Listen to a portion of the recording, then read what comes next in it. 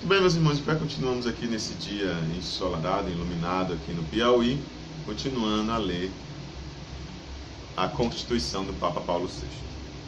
O Papa está dizendo para nós o seguinte, falando sobre a vida de oração, né? Antes de tudo, a oração cristã é a oração da família humana inteira, essa comunidade humana que Cristo associa a si. Celebrando essa oração, cada um é participante, mas ela é própria do corpo todo. Por isso, funde-se a voz da esposa dileta de Cristo com os desejos e votos de todo o povo cristão, com as súplicas e petições em prol das necessidades da toda a humanidade. Está escrito assim aqui, mas é de toda a humanidade.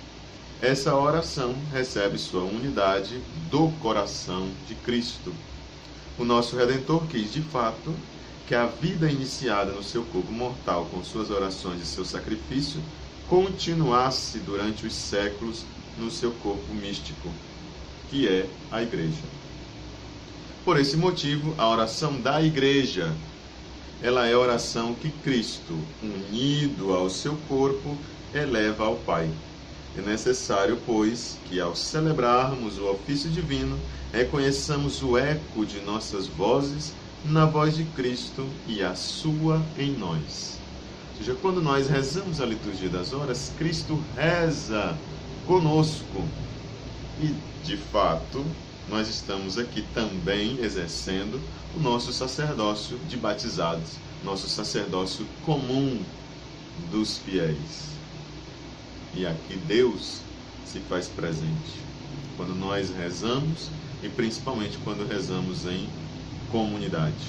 Nós estamos trazendo Deus para cada vez mais perto de nós e fazendo com que Ele venha falar pelos nossos lábios, pela oração que é a sua palavra, porque na liturgia das horas nós estamos rezando os salmos que são palavra de Deus, estão ali na Sagrada Escritura. Além disso, para que brilhe mais claramente essa característica do nosso modo de rezar, é preciso que refloresça em todos aquele suave e vivo amor à Sagrada Escritura que emana da liturgia das horas, e assim a Sagrada Escritura se torne realmente a fonte principal de toda a oração cristã. Sobretudo, a oração dos Salmos, que acompanha e proclama a ação de Deus na história da salvação, deve ser conhecida pelo povo de Deus com renovado amor. Isso acontecerá mais facilmente se com maior cuidado se promover junto ao clero compreensão mais profunda dos salmos, conforme o sentido expresso pela Sagrada Escritura. Não apenas na missa, mas também na nova liturgia das horas.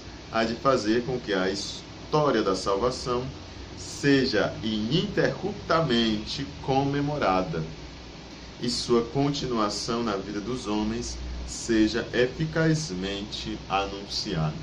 Por isso também a liturgia das horas, ela prevê, depois da leitura breve, ela prevê uma homilia. Isso quando há um sacerdote presente, quando se reza em comunidade. Caríssimos irmãos, se nós não nos esforçarmos para conhecer o sentido profundo destes salmos, como explicá-lo aos demais? Então, por isso que o Papa fala aqui claramente que é preciso colocar uma disposição maior nos clérigos. E ele usa a expressão seguinte: isso acontecerá mais facilmente se com maior cuidado se promover junto ao clero compreensão mais profunda dos salmos. Por que é importante o clero conhecer mais os salmos? Para que ele possa explicar ao povo mais sobre estes salmos e sobre a história dessa nossa salvação. Então, o objetivo principal é este, né? E é preciso que os clérigos tomem essa dianteira, que eles aprendam o sentido profundo, transmitam para aqueles que são os seus fiéis, né? Os seus paroquianos. Para a gente ver que isso é uma necessidade, basta você ir à missa domingo e você vê que geralmente o padre ele prega simplesmente sobre o Evangelho. O Evangelho é o objeto principal da sua pregação, que não está totalmente errado.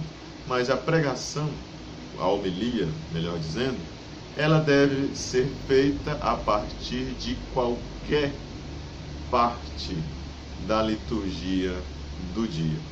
O padre pode pregar sobre a oração coleta. O padre pode pregar sobre a primeira leitura. O padre pode pregar sobre o salmo. O padre pode pregar sobre a antífona do evangelho. Bom, enfim, ele pode pregar sobre o tema que ele quiser, desde que esteja dentro daquele ensinamento do dia, né? Porque se ele sempre prega sobre a mesma coisa, em 3 anos o povo já decorou a pregação do padre, né? E aí ele fica sem mais nada de novo para ensinar ao povo, porque sempre está batendo na mesma tecla, né? Então é preciso uma dinâmica nova para apresentar coisas novas e saber que existe uma riqueza imensa dentro da liturgia dominical para que se possa fazer a homilia. Do mesmo modo, na liturgia das horas, esta homilia, que pode ser realizada do mesmo modo como se realiza na missa, depois do Evangelho, na liturgia das horas, depois da leitura breve, ela deve ser a partir da Palavra de Deus. A Palavra de Deus não se resume a leituras propriamente ditas, mas ela também está presente nos Salmos. Não esqueçamos que os Salmos é um livro da Sagrada Escritura, que tem 150 capítulos, como nós podemos dizer, né? Às vezes nós chamamos 150 Salmos, mas nós podemos tranquilamente dizer também 150 capítulos, para que nós possamos entender bem como é essa dinâmica, né? Salmo é palavra de Deus, não é simplesmente uma cantiga bonita que você canta depois da primeira leitura. Era isso, irmãos, por hoje. Até o nosso próximo vídeo. Até lá.